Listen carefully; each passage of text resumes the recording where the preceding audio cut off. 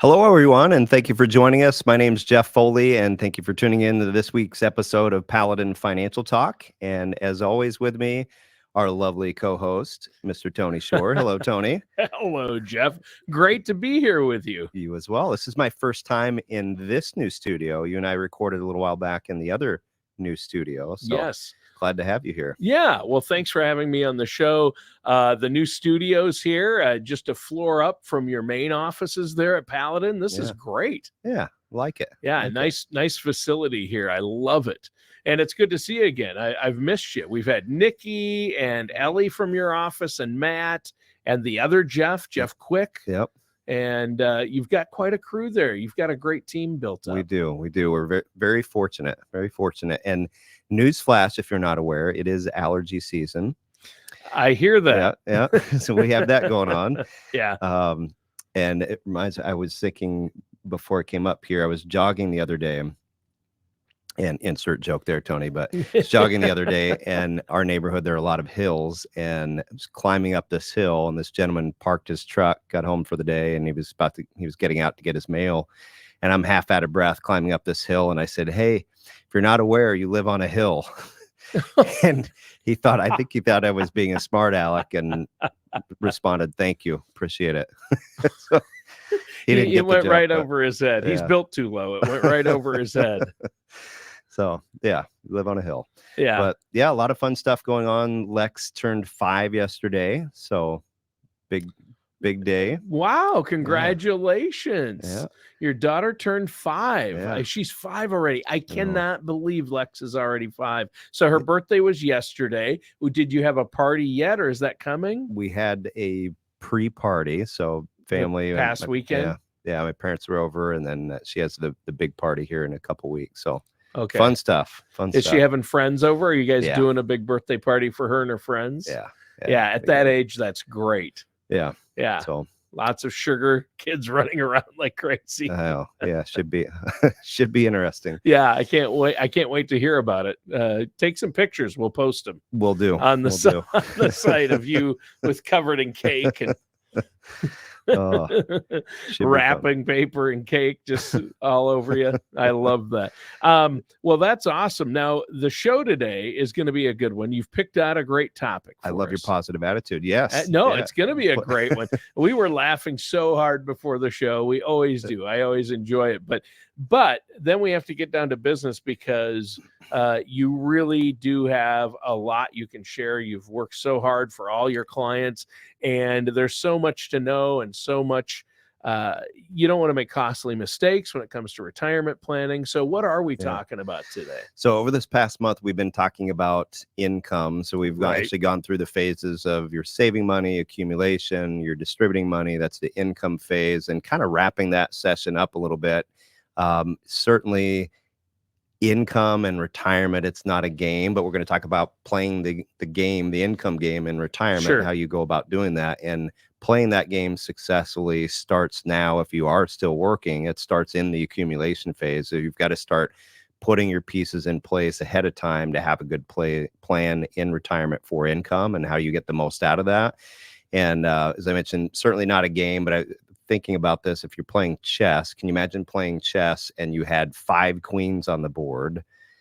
You'd be set up pretty darn good. Yeah. Versus if you had all pawns, that might not turn out so well. So probably not. A lot of times people think about their assets as collecting as many pieces as possible, but the pieces are not all worth the same. And as will relate to taxation, for example, if you have $1 of pre-tax money and you take that out in retirement, $1 is not $1. You got to take the taxes off. That's what you're left with, after the taxes. Whereas a Roth dollar is more valuable at that point. So thinking of your assets in terms of pieces and how you best position those, and when you play certain pieces, when you take income out from certain areas, is a big piece of this. We often talk about the analogy of you need a payroll department in retirement. If you're working, you've got a payroll department that's making sure you get paid 26 times a year, and their job is to withhold taxes and put the money in your bank account. But when you move into retirement, that payroll department job becomes a lot more complicated because, yeah, there's the tax withholding. You got to estimate appropriately what you're holding out for taxes in your distributions, but they also have to look at where that money is coming from. And the they might be you if you're deciding to handle this Yeah, I was going to say, yourself. wait, there's an accounting department that's just going to handle that for Maybe me that in could retirement. be a thing. We could start that as the retirement payroll department. Well, that's basically where you come in. You help people plan that payroll Correct. out, basically. Yeah. But yeah, you don't. That's the problem. It's a great illustration because you no longer have your employer's payroll department to figure out your taxes, to figure out how much you're going to need to live on and things like that, and to make sure you get that regular monthly check you need. It's on you. Right. And that's where you come in to help people. Right. So it's, if you need X dollars a month, you need $3,000 a month, for example, from your investments. Looking at where that money comes from is a very important decision. And part of that is a tax location decision, which we'll get into and talk about taxation in retirement. So where are you pulling those assets from a tax perspective? But we also want to look at how the investments are performing, and we'll dig into that further as well. So that's there's a lot of moving parts to do that effectively. It's not just I need $4,000 a month. I have $500,000. It's going to last me X amount of years. There's a lot more that goes into that. So sure. And back to that chess, and I like the chess analogy you started off with. However, I would still find a way to lose even if I had all queens. You understand? I wouldn't. It could be checkers, Tony. It could be checkers. Okay. Then I stand a better chance. Yeah. Chess, not so much. Or Go Fish. We've Lex has learned Go Fish recently. So. Oh, I remember when my kids were at that age. It was a nightmare. We played Memory a couple weeks ago as a family, and Lex destroyed us. Yeah. I think I had 3 matches and she had 14, and I ended up crying in a puddle at the end of it, but worked out okay. You went to cry yourself to sleep on your huge pillow that night. I'll tell you that. So she was grounded the next day. Yeah. Yeah. A lot of the love you had for her was then gone. Yeah. No, it is. No, I've been destroyed by my kids in many games. They're so good. Like when they talked me into playing Mario Kart with them, my son, even now, or when he was a kid, it didn't matter. We got lapped a few times. Oh yeah. Yeah. The other thing you would think about is, I heard this on a kind of a non-industry podcast recently. I thought it was a unique idea, way of looking at this is how you earn money. Because a lot of people, we're talking about retirement, we're talking about that income phase, but a lot of people still either want to or need to work in retirement. And a concept to think about is how you earn money is you either earn money based on what you do, or you earn money based on what you know. So for example, if you're a plumber and you're fixing leaky pipes or whatever plumbers do, is you're getting paid for that work. But if you left that and you took the knowledge that you had and you coached plumbers on how to fix leaky pipes better or how to run their business like a business, you're getting paid then for what you know versus what you do as much.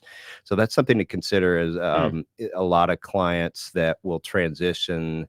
You know, think of all the people that are leaving the workforce and all the knowledge that's leaving. You know, the population is aging. So a lot of companies will bring someone on as a consultant that just retired. So I can think of a number of clients that we have that leave ABC company, they become a consultant, and they're kind of doing what they were doing before. It's more about their knowledge, and they end up getting paid more on an hourly basis than they were when they were working there, because the company needs that knowledge. So think about that as if you're transitioning into retirement, you want to work some or you need to work some. It's not just what you do, it's what you know and how you transition that. That's a great point. And I never really thought of it like that, but sure, it's not always what you do. You can turn what you know into that as well. Yeah. It reminded me, our Lex's pre-K teacher, and I can't remember if I shared this on the last podcast I was on. It was more recent. One day I was supposed to bring in a stuffed animal, and I dropped Lex off and forgot it at home. So bad parent, lost some points there. Yeah. But the teacher jumped right in and she said, "That's okay, Lex. Sometimes plan B is more fun than plan A, or more exciting than plan A." And I thought that's a great outlook on things. So as you step into retirement, retiring to something, I think is very important as well. It's not just about the money. Right. Yeah, that's a great point. You need to have a plan for what you're going to do in retirement. It's Mhm. not all about the money. It's, my grandfather had a great retirement, lived to 101 and stayed active, as you know, but his key was don't stop. Yeah. You got to keep going. You have to have a purpose. Yeah. That's good. Good. Next area to think about is Social Security. We're not going to spend a lot of time on that here today, but make sure that you're maximizing your Social Security benefit for you and your spouse. And it's not just the magnifying glass decision of when do I file and get the most out of this benefit. You've got to step back and look at the big picture and all the moving parts that play into your needs in retirement and your other sources of income. So a lot of things that go into that. And similarly, pensions are an important one. If you have a pension, I just met with a client today. In her situation, she's looking at, we compared rolling the pension into an IRA versus taking the pension as a monthly income stream. What are the pros and cons of doing that? That's something we can dig in and help you to evaluate. In her situation, she's going to roll it into an IRA, so she has more control and flexibility, and we can then over time convert that taxable asset into tax-free through strategic Roth conversions over the years. Sure. So that's something you want to look at as well, is don't just take the default, check the box, and take that monthly income. Yeah, and don't always assume that, oh, they're offering me a lump sum option, I'll just take that. Yeah. You got to do the math and look at which is going to benefit you more in the long run. And everybody's situation is different. For some people, it'll be the monthly payments, right? For others, it'll be the lump sum. Yeah. What do you plan on doing with the pension that we're going to be paying you?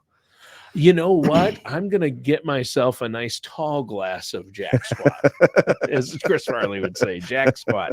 So, no, pensions have gone the way of the pension, as I like to say. Unfortunately, not a lot of people have those anymore, but they are great if you have one, right? Do you have clients with pensions? Obviously, you probably have a few. Yeah. More either they work for the state Government, or the private sector, but they've been there a long time, and they still have that pension. Sure. So what's next on the list? The big T word, taxes. So they always play a part, right? They do. I mean, taxes are one of the biggest expenses in retirement for a lot of people. Yeah. So we know, we've talked a number of times over the past year of taxes are going up at the end of 2025. We revert back to the tax law we had in place in 2017. And depending on what bracket you're in, it's about a 15% increase in federal taxes. So knowing that, there might be some things you want to do over the next couple of years to move more money to tax-free. And then once we hit 2026, adjust your income sources at that point. The other thing you want to consider is not all income is taxed the same. So there might be situations where you're pivoting where you take income from. We talk a lot about tax brackets and the buckets, the short, medium, and long term piece of it. So we'll tie that in here in a moment, but you want to plan ahead for that. And at some point in retirement, you'll probably be writing a big check or big checks for something along the way, whether that's helping out a kid with a wedding or helping them buy a house or business, or it might be long-term care expenses and you're paying $8,000, $10,000, $12,000 a month. Planning ahead for those things that are likely to occur is it might be a good thing to have a good source of tax-free money that you could tap into, take a big distribution, and not have to worry about the tax man collecting a lot of that. Yeah. Tax man or woman. Yeah. Well, you want to minimize the tax burden. Yeah. And I know you work hard to help your clients do that. Some people think, well, I'm going to be in retirement. I'm no longer working. I'm not going to be in a high tax bracket, or I'm going to be in a really low tax bracket, or have no taxes. But that's a big misconception for a lot of people anyway. Yeah. Great point. A lot of people, in their years where they're raising kids, you have the kids as a deduction. And in addition to that, a lot of people are putting money in on a pre-tax basis into their 401k or whatever retirement plan. So they're reducing that taxable income. They pivot into retirement. They still have the same income needs that they had, but now they don't have some of those deductions. So a lot of people actually pay more in taxes in retirement. The woman I mentioned there a little bit ago, that's her situation, is she's just retired. Her income will drop down for a few years, and then it's going to come back up once Social Security and required minimum distributions kick in. So you got to plan ahead for that and know what to expect. You do, yeah. And Sarah and I are experiencing that tax issue right now of kids dropping off as deductions. Yep. We didn't realize how good we had it, and slowly all three of our kids have dropped off. Yep. And Adam's 25 now. He just turned 25 Wow. last weekend, and he's married. So, and Allison's 21. So we're losing our tax breaks. Yep. Yeah. Got to plan ahead for that. Yeah. Oh, you mean have more children, or Hey, some people just do. to get Some the people do. tax breaks? That wouldn't be worth it. No, we love our kids, but yeah, 3 was enough. Yeah. Yeah. The market's another consideration. If you're Sure. retiring in an environment where the market's on the rise, you might be taking money out. We had people that retired last year. They were taking out monthly distributions at the end of the year. They had more money than what they started at the beginning of the year. Isn't that great? But Yeah. the reverse can happen as you retire in a down market and you're pulling money out at the same time your assets are going down in value. That locks in those losses. We've talked about the sequence of returns risk is something we want to plan ahead for that. So the buckets we talked about, the short, medium, and long term, think of that as on the left side. The short-term bucket is more conservative things, and as we move out to the right, more aggressive. So you have initially kind of a 3-bucket plan, but we want to be able to pivot where we're pulling that income from in good and bad markets. It's not just draining that short-term bucket and then moving Sure. into the next one. So you have the short, medium, and long-term buckets, but we also layer in the taxation, and you have taxable money, you have tax deferred money, and tax free. So if you lay that out, you've really got a 9-grid income plan that you need to manage. Your payroll department needs to manage throughout the years. Sure.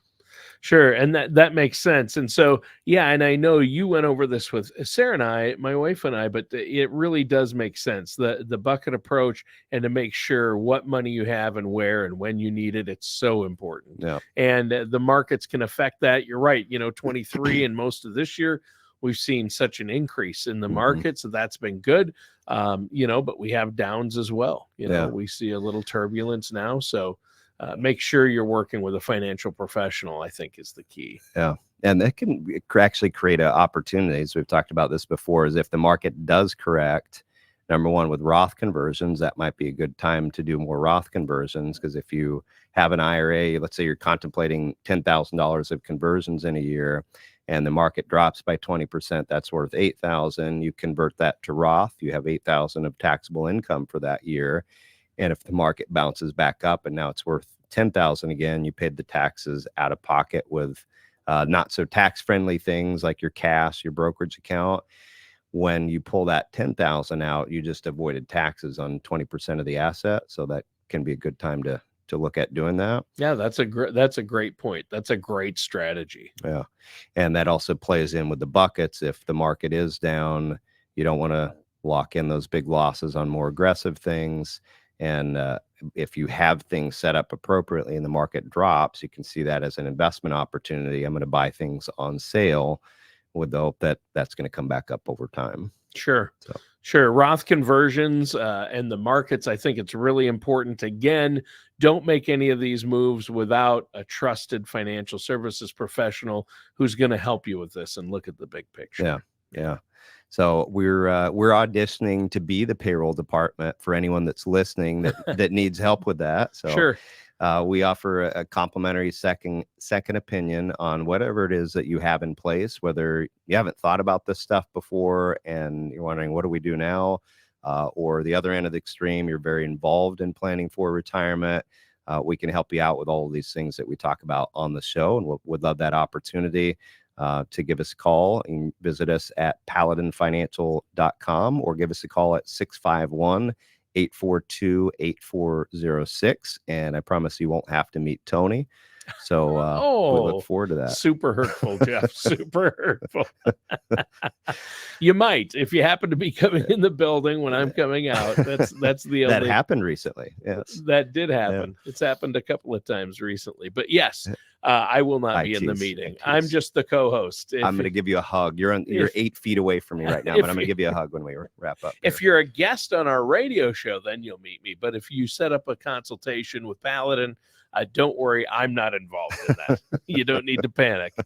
I was told there would be no math. So Jeff's the math guy. Well, Jeff, great show today. You made a lot of great points. I love your analogies too. I mean, you made some great ones. The accounting department, the chess analogy. It's so important, and it just helps people put into context the principles that they need to be aware of. And there's a lot of moving parts. So this is great. Really quick, before we leave, let our listeners know the website and the phone number in case they want. Yeah. So our website is paladinfinancial.com and phone number is 651-842-8406. Also encourage you, if you're listening on whatever podcast app, please take a moment, scroll down, give us a rating, and let us know what you think of the show. The more people that rate, the more people are aware of the show out there. So we'd really appreciate that. If you're a regular listener and enjoy that, what we do, please take a moment to do that. But thank you. All right. Thanks, Jeff. And thank you, listeners and viewers. That does it for today's episode of Paladin Financial Talk with our host today, Jeff Foley.